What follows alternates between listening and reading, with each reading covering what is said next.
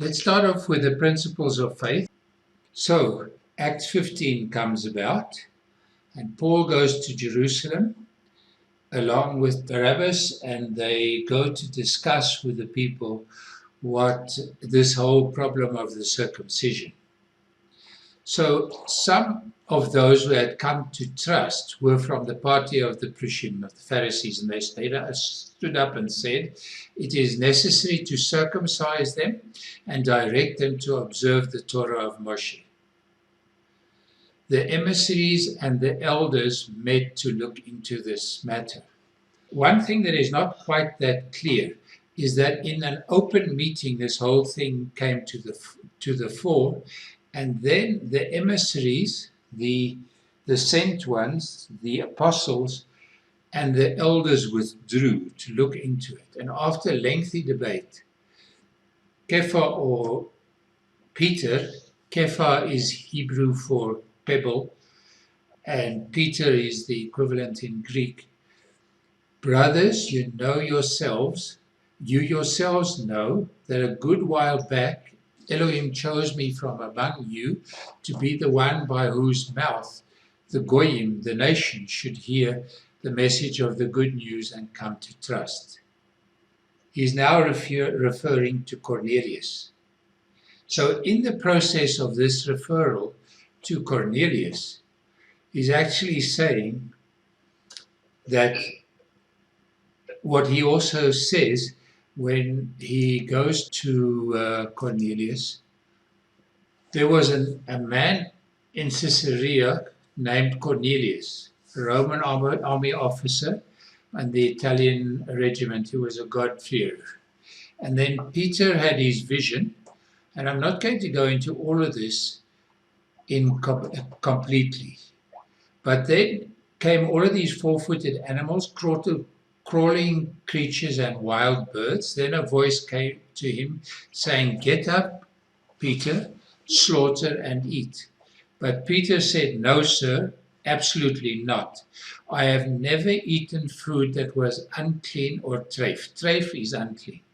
The voice spoke to him a second time, "Stop treating as unclean what God has made clean." This happened 3 times, and then the sheet was immediately taken back into heaven. Peter was still puzzling over the meaning of the vision he had seen, so it didn't make any sense to him at all.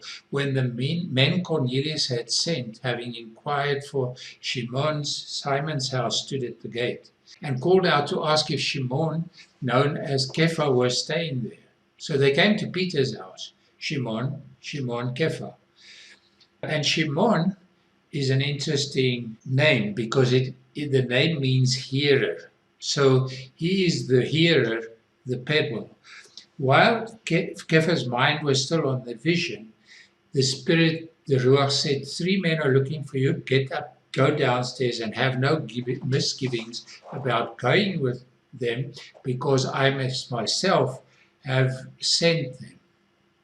So Kepha went down and said to the men, "You were looking for him. Here I am. What brings you here?"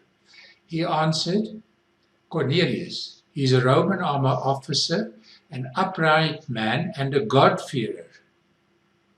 A God-fearer means that he was nearly a proselyte, that he was regularly going to synagogue, and that he was learning the Torah in the synagogue because it's the only place you could learn it at that time. A man highly regarded by the whole Jewish nation. And he was told by a holy angel to have you come to this house and listen to what you have to say. So Peter is now starting to interpret this differently. He's starting to say that going to an unclean house is what the meaning of the sheet is. And as he arrived at Caesarea, the day after that, Cornelius was expecting him. He had already called together his relatives and close friends, and Peter entered the house. Cornelius met him and fell prostrate at his feet. And then in Acts 10:28, he says to them, "You are well aware that for a man who is a Jew To have close association with someone who belongs to another people or to come and visit him is something that just isn't done. But Elohim has called me not to call any person common or unclean. So when I was summoned, I came without raising any questions. Tell me, why did you send for me? And as you all know, the Spirit then fell on them.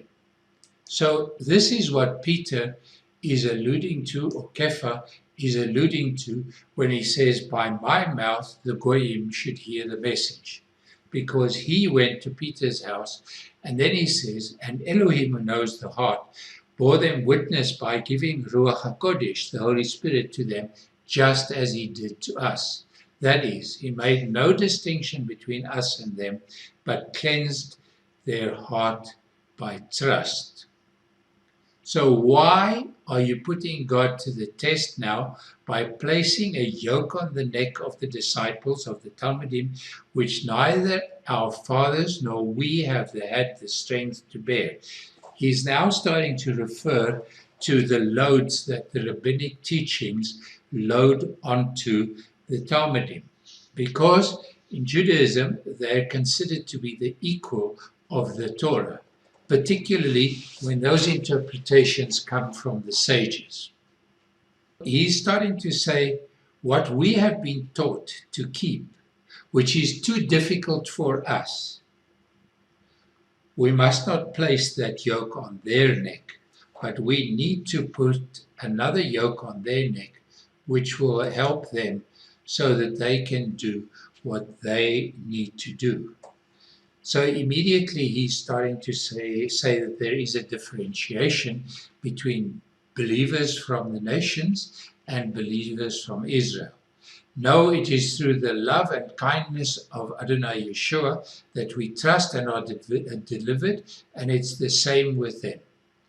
This word, the Lord, is difficult to understand from the Greek what exactly this means, because it can mean what Hebrew would term Adonai, which is the master, but it can also be Yud He Vav He. So this means that we're a little bit uncertain, but he's actually, in a certain sense, it's through the love and kindness of Yud He Vav He Yeshua that we trust and are delivered, and it's the same with them. So he's saying there's something different that is operational when we come to faith. It's the same for us and them. We go through the same process. They receive the Spirit and we receive the Spirit. Then the whole assembly kept still as they listened to Barnabas and Sha'ul tell what signs and miracles Elohim had done through them among the Gentiles. There's something that is happening here that is incredibly important. And they listened to the signs and miracles. And in effect, what is happening here is because Bar Abba, the son of the father, and Sha'ul are talking about the miracles that happened through them, they are actually making the statement that the Lord has given them an authority, because if they did not have the authority, the signs and miracles would not have taken place. Now, at that stage, Jacob, James in the King James, but Yaakov broke the silence and he says, brothers, hear what I have to say. Shimon has told in detail what Elohim first did when he began to show his concern for taking from among the Goyim a people to bear his name. And the prophets are in complete harmony with this, for it is written, after this I will return, and I will rebuild the fallen tent of David. I will rebuild its ruins. I will restore it, so that the rest of mankind may seek Yudevave, that is, all the Goyim who have been called by my name. Says Yudevave, who is doing these things, all this has been known for ages.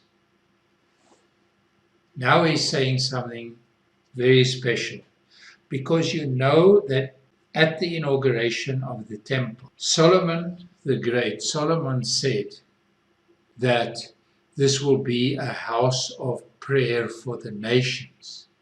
The fallen tent of David is the tabernacle that he rebuilt in the David city and that he attended regularly.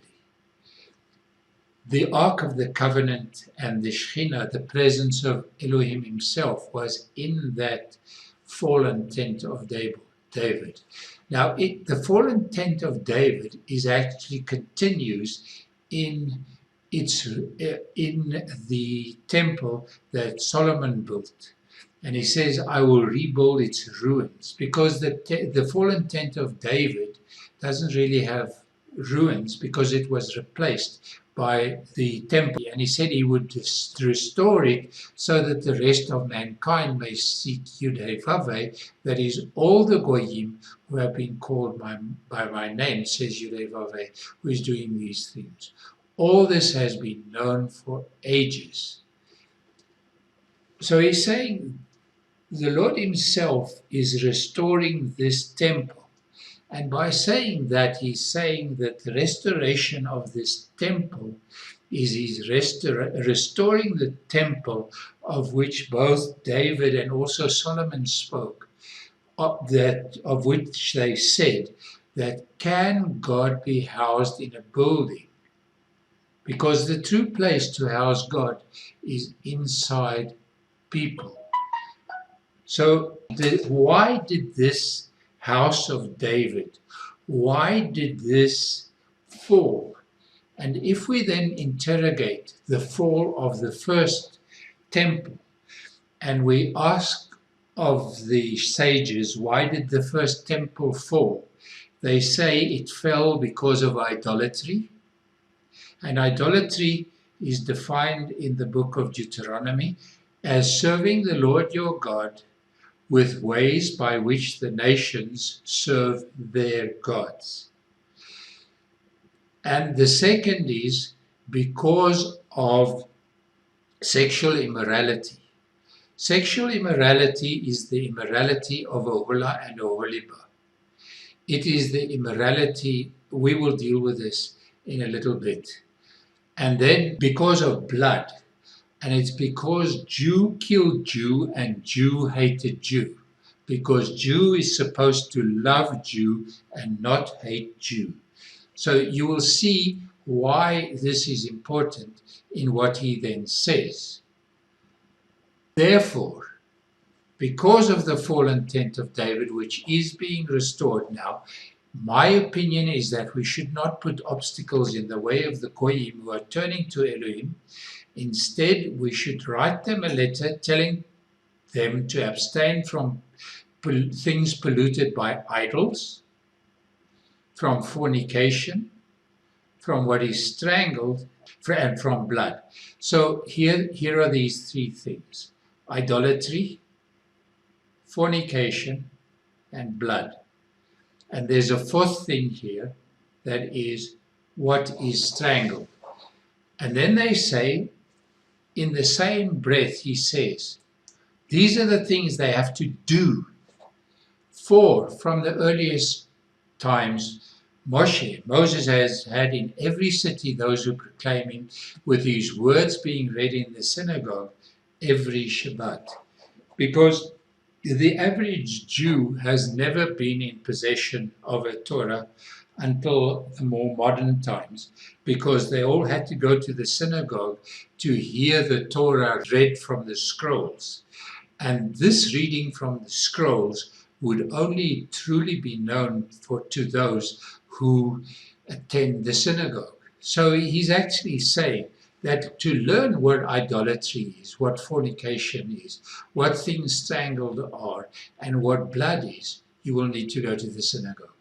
And then they write this letter to the nations, and this then becomes their writings to the nations to tell them what they should be doing. Just a thought, which maybe you want to comment on. The way that the Jewish children were brought up was that from the moment you had your understanding, your intellect, you were taught the Torah, and everything was based on that. Yes. And what made you a Jew and a righteous person, and somebody who could claim to be of the people of Elohim, was knowing the Torah. Now Yeah. they come in this meeting and they say, you don't have to have any Torah knowledge at all.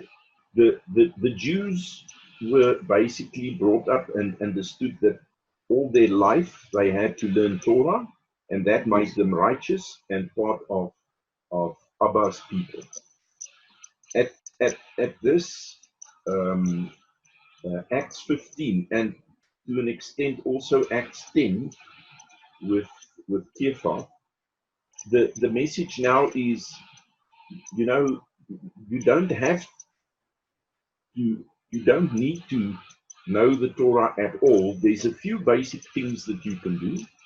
Then you will receive the Ruach HaKodesh, and you can go and learn the Torah afterwards by going to the synagogue where Moshe is there.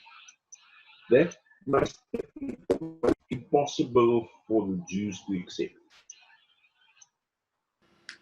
Well, this is saying more than this. It's actually saying that if you have received Ruach HaKodesh, so in you then lives God himself. So they're saying we cannot differentiate between us and you because you have God living in you. So what right do we have to say that you're any less than we are?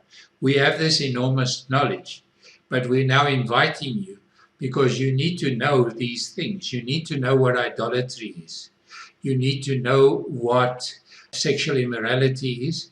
You need to know what fornication is, what it is, what it means when things are strangled, and what it means to participate of blood. So I am going to start speaking about what this means. And if you look at Deuteronomy 12, verses 29 to 32. When Yudevave, your Elohim, has cut off ahead of you the nations you are entering in order to dispossess, and when you have dispossessed them and are living in their land, be careful after they have been destroyed ahead of you, not to be trapped into following them, so that you inquire after their gods and ask, how did these nations serve their gods? I want to do the same. You must not do this to Yud-Heh-Vav-Heh, your Elohim, for they have done to their gods all the abominations that Yud-Heh-Vav-Heh hates. They even burn up their sons and daughters in the fire for their gods. Everything I'm commanding you, you are to take care to do. Do not add to it or subtract from it. So he's saying that to serve me, you have to do exactly what I am asking you to do. Don't go and do what the nations are doing in their service of their gods, because that is what idolatry is. This means that where would this definition of idolatry come from other than from the Torah itself? So you see, when Sha'ul says, do not let anyone condemn you because of what you eat or drink, or because of feasts, new moons, Sabbaths, he's actually starting to say, do not look into perverted interpretations of these things, because this is how the nations serve their gods. Let me give you an example. And a sacrifice to Yud-Heh-Vav-Heh means if I have sinned, I take an animal to the Temple Mount. I go and I present it at the entrance to the temple. I slaughter it myself. I cut its throat after laying my hands on it. It becomes as though it is I. So I am actually slaughtering myself for my sin. I am dying to my sin. And then the flesh is handled in four ways. The one is either in a feast with other people, so it is ingested and it is then consumed, or it is consumed by fire on the altar, or it is consumed by fire outside the camp. This means that dealing with a sacrifice as far as Yud He Vav He is concerned is you're dealing with your sin, the nation's sin, the priest's sin, and with your unrighteousness.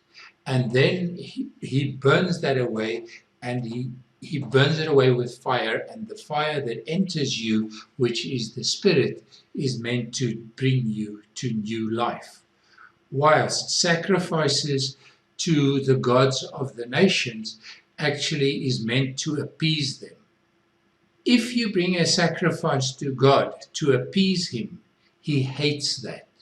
He wants you to return to the condition of Adam and Eve in paradise. And that is why the sacrifices are there. And then you need to understand this, that above and beyond the fact that you are dying to your own sin, that can only happen because there is someone who is dying. The true death that is taking place is the death of the animal. And that death of that animal is actually Yeshua, who is dying for your sin and for your unrighteousness. So there's this thing that then differentiates the nations from the nation of Yud He Vav He. There's much to be said about this, but let us continue and go and have a look at Ezekiel. Ezekiel 23, verse 2 to 6. Human being, there were two women, daughters of the same mother, who were whores in Egypt. Even as young girls, they were whores. There they let their breasts be caressed, and there their virgin nipples were fondled. Their names were Aholah, the older one, and Oholiba, her sister. They belonged to me, and they gave birth to sons and daughters. As for their names, Shomron is Aholah, Samaria. Yerushalayim is Oholiba, Jerusalem. Even when she belonged to me, Aholah prostituted herself. She lusted after her lovers from Asher, warriors from Assyria, dressed in blue, governors, rulers, all of them good-looking young men riding on horseback. She gave herself as a whore to them, all of the elite of Asher, and she defiled herself with all the idols and everyone she lusted after. So it's not only with the people that the women were committing adultery, but it was also spiritual adultery. She did not give up the whoring she had begun in Egypt, where men had sex with her, fondled her female nipples, and flooded her with fornication. So I handed her over to her lovers, the men of Asher who lusted after her. They exposed her private parts, took her sons and daughters, put her to death with the sword, so that she became notorious among women for the judgments executed against her. Her sister, Oholiba, Jerusalem, saw this. Nevertheless, she was worse than her sister in lusting and likewise whoring. She lusted after the men of Asher, governors and rulers, warriors dressed to perfection, skilled horsemen, all of them good-looking young men. I saw that she had defiled herself. Both sisters had gone down the same path. So the southern and the northern kingdom had done exactly the same. She prostituted herself more than ever because she saw wall carvings of men depicting the Chasdim in vermilion with sashes wrapped around their waists and flowing turbans around their heads, all of them looking like military men, the very image of Bavel born in the land of the Chasdim, of Babylon. So he's saying that they did exactly the same. So Jerusalem and Judah did the same. So there can be no doubt about what this whoring is, and this continuing with this. Yeshua also has something to say about this, and he has that to say in Matthew 7, when he says, "You have heard what our fathers were told, do not commit adultery. But I tell you that a man This is not a married man who looks at a woman even with the purpose of lusting after her, has already committed adultery with her in his heart. If he looks at a woman, and looking at a woman would be easier when she's beautiful, when beauty or lust are the reasons why you go after a woman, you have already committed adultery with her in your heart. This actually means that it is so terrible to Yeshua that he actually is saying that the minute that lust or when the looks of a woman are the reason why a man wants to be with her, it is a big problem because he will not create a relationship with her. The way in which he looks at a woman is sin. If your right eye makes you to sin, gouge it out and throw it away. Better than you lose one part of you than having the whole body thrown into Gehenna. This is usually hell, but from the writings of Hillel, the words that are used in Hillel's writings are Gehinnom, which is also considered to be hell, but what is considered to be hell by Judaism is to be cut off out of the community of Israel. So when someone has committed a heinous sin, he is cut out of the community and is not able to come into the community until he has rectified that sin.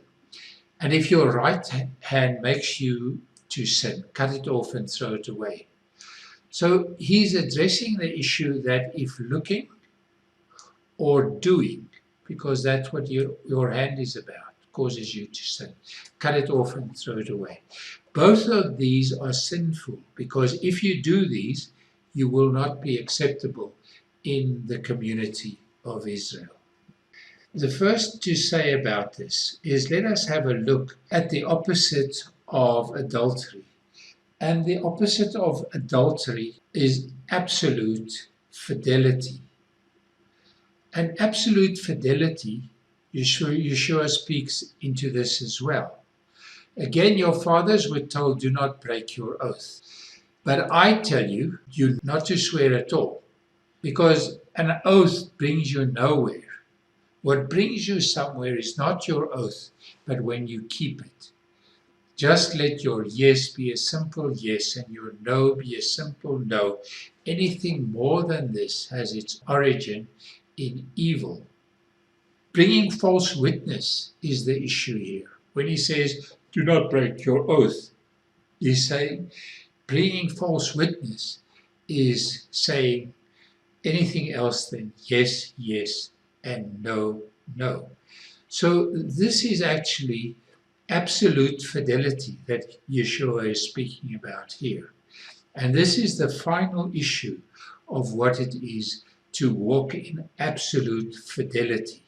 In other words, to walk away from adultery.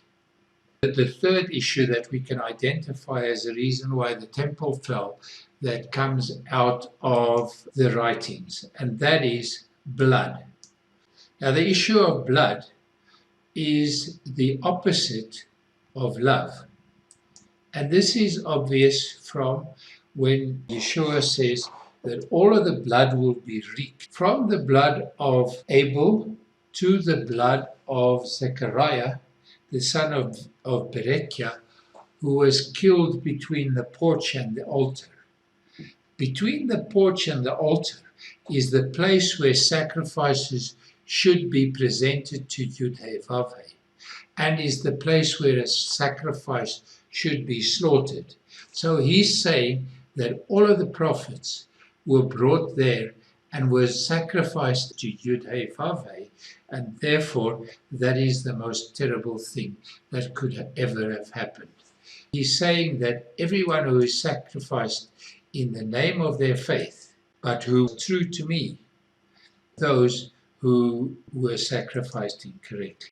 I said, you have heard that our fathers were told, do not murder, and that anyone who commits murder will be subject to judgment. But I tell you that anyone who nurses anger against his brother will be subject to judgment. That whoever calls his brother, you good for nothing, will be brought before the Sanhedrin.